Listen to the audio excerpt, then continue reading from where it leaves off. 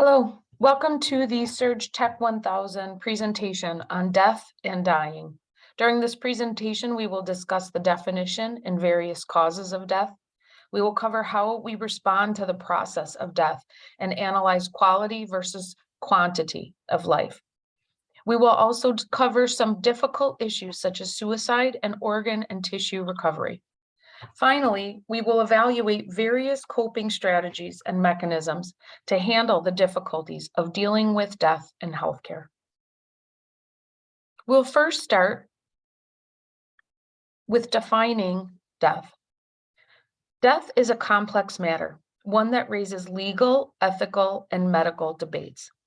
Prior to advances in medicine, human death was understood and diagnosed only when people stopped breathing, when there was no pulse and the heart stopped. Without a functioning heart and lungs, all other parts of the body cease to function. However, developments in medicine, such as resuscitation, have changed the definition. Cardiac death is the irreversible loss of cardiac and respiratory function. This is the permanent absence of heartbeat and respiration. Higher brain death is the irreversible loss of higher brain function. The brainstem continues to provide respiration, blood pressure, and a heartbeat without the assistance of a respirator. Whole brain death is the irreversible loss of all functions of the entire brain. Whole brain death is the current law as to what defines death in legal courts of most countries and reflects the standards set by the Harvard School of Medicine. It includes a flat EEG, unresponsiveness, lack of pupillary reflexes, and decreasing body temperature. Death comes in many ways. It can be a stillbirth or a natural end to a long life. It can come as a result of illness, an accident or trauma. It can be inflicted on oneself or perpetrated by another. It can occur as a result of a natural disaster or a war. It can be the result of a pandemic, infection, virus, or cancer. The following are general categories of the causes of death. Accidental deaths are caused by nature, such as floods, lightning, earthquake, or humans.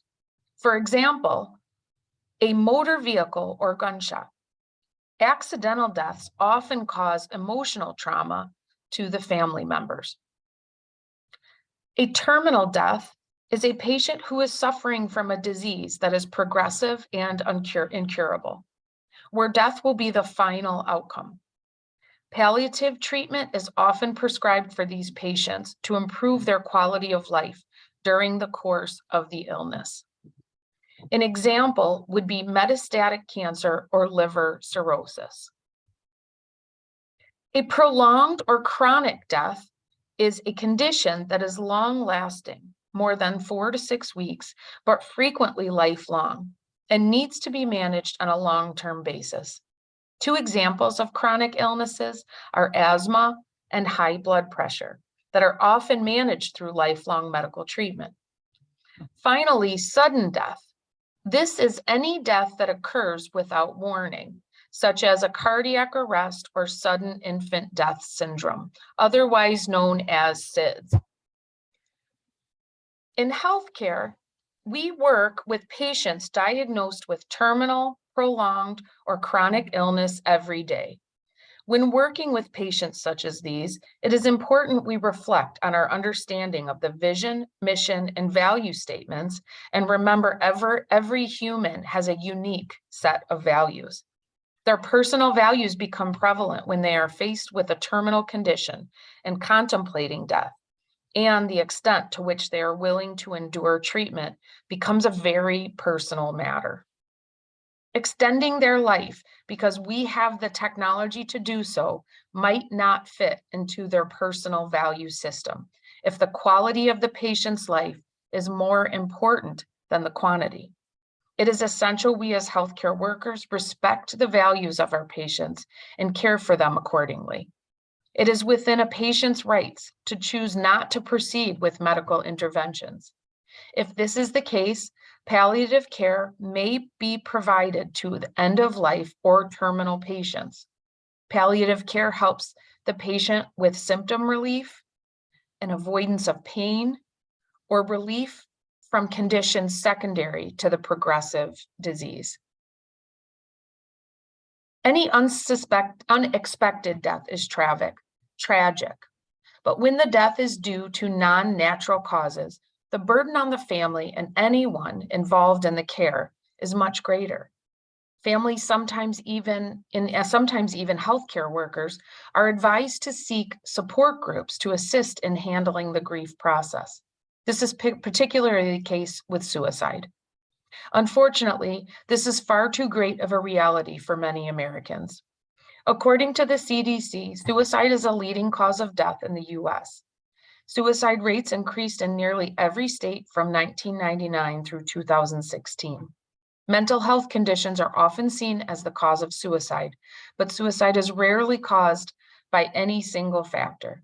In fact, many people who die by suicide are not known to have been diagnosed with a mental health condition at the time of death. Other problems often contribute to suicide, such as those related to relationships, substance abuse, physical health, job, money, legal, or housing stress. As the numbers continue to climb, it is important the healthcare industry works to prevent suicide, just as we work to prevent other forms of death. The CDC recommends the following for healthcare. Provide high-quality, ongoing care focused on patient safety and suicide prevention. Make sure affordable and effective mental and physical health care is available where people live. And train providers in adopting proven treatments for patients at a risk of suicide. Dr. Elizabeth Kubler-Ross researched the fact that people cope with grief in distinct stages. And these stages have become known as the 5 stages of grief. These stages apply to any form of personal loss, such as the death of a loved one. The first stage is denial. Denial is the initial stage where patients might say something such as, "This cannot be happening." Denial is usually a temporary defense and coping mechanism. The second stage is anger. When denial cannot be continued, it is replaced by feelings of anger, rage, envy, and resentment. Questions like, "Why is this happening to me?" are often asked. The next stage, bargaining. If a patient has been unable to accept the situation and has gone through the anger stage, he or she might move to the stage of bargaining to postpone the inevitable. The patient might say, "Just let me live long enough to see my son graduate." The next stage is depression. When a terminally ill person can no longer deny the illness as it progresses, his or her anger is replaced with a sense of great loss. The patient or family might be thinking, "Please don't take me away from my family." Finally, acceptance. When a patient has had enough time to work through the first 4 stages, he or she will reach a stage of being neither depressed nor angry. The statement of resolution might be, "I know I will be in a better place." Understanding the 5 stages will not only help you better care for the patient and their family, it is also imperative for the healing and resiliency of you as the medical caregiver. Those who care for others are often compassionate and empathetic.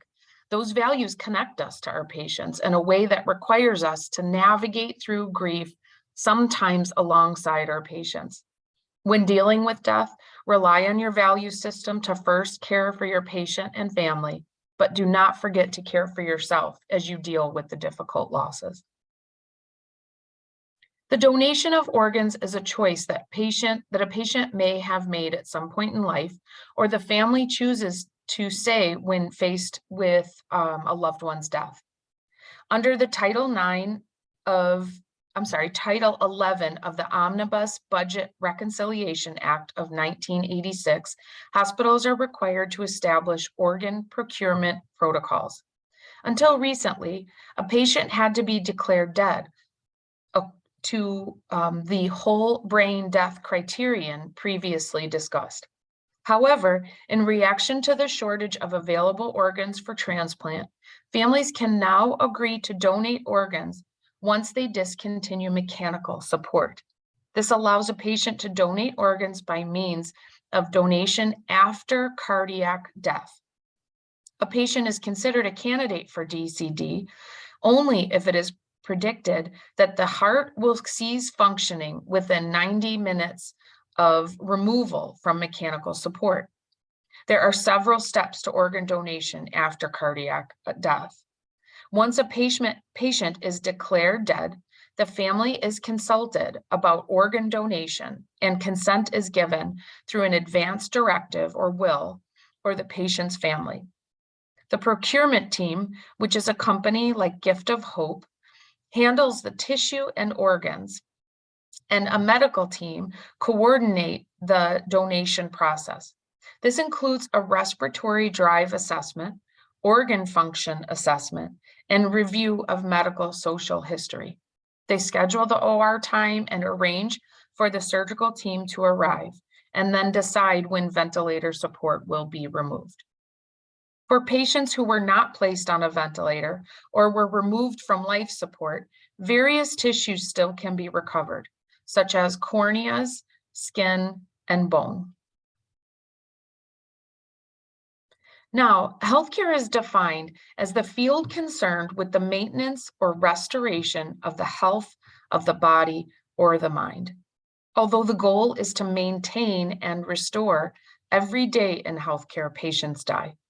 Death is not selective and does not only come to those who have lived long, wonderful lives. We discussed earlier in this presentation that it comes in many forms to every age group: babies, children, teenagers, sons, daughters, mothers, fathers. Those of us who entered healthcare to care for others often become attached to our patients. Therefore, the loss of a patient can be upsetting and stressful. Dealing with stress correctly will help you to be resilient through the loss of a patient and will allow you to stay strong to help others. So how do we deal with stress? It is first important to be mindful or aware that humans have multiple responses to stress. And despite the fact that it feels like we do not choose our response to stress, research shows that we actually can. Choosing an appropriate stress response will allow you to be effective in healthcare and help others for the rest of your career. There are three main responses to stress that we will discuss: fight or flight, a challenge response, and finally, a tend and befriend response. The purpose of the fight or flight response is to help you deal with danger, such as being inside a burning building. Your heart races, delivering oxygen, fat, and sugar to your muscles and your brain. Your breathing quickens, which delivers more oxygen to your heart. This offers extraordinary physical abilities that make you ready for action. Your pupils dilate to let in more light, hearing sharpens, and your brain processes more quickly. All of these responses help you fight or help you run. While this response is important for human survival, it should not be used for many areas of stress in our lives. The challenge response is an excellent response for many stressful situations or challenges, including stressful moments while caring for others. Adrenaline still spikes and your muscles and brain get more fuel. Your heartbeat will still race, sending more oxygen to your brain. It is focused, but not fearful. This response allows you to recover and learn from the stress. The third response is tend and befriend. And this response is appropriate for dealing with death. Oxytocin released by the pituitary gland will calm the fear response and help you build courage. This response will actually build and strengthen social bonds because you will talk to friends, family, and coworkers about the stress you are dealing with. It will help you connect to others, and the support will help you recover from the stress you've experienced. Being mindful that you have the ability to choose your stress response allows you to choose the challenge or tend and befriend response when dealing with death and dying as a healthcare worker. You will first acknowledge your feelings. It only makes sense that you are upset about the loss of human life. When feeling the physical symptoms, such as racing heart, recognize this is your body preparing you to deal with the stress and does not mean you should run from the situation or decide that the career of healthcare is not for you. Remember, you entered this profession because you care for others. Mindfully choose the challenge response when working in your role in healthcare. Understand that there are many stressful moments while caring for others. Using the challenge response will give you the tools and energy you need to be courageous rather than fearful. And this will allow you to recover from the stress of caring for others. Mindfully choose the tend and befriend response while dealing with the death of a patient. This will calm your fears and help you to build and strengthen those social bonds that you will need to deal with the loss. Please remember, important work is stressful and healthcare is important work. Always remember why you chose this career and why it is important to you. The connection you maintain with friends, family, and coworkers will help you through the difficulties and build the resilience needed to work in healthcare.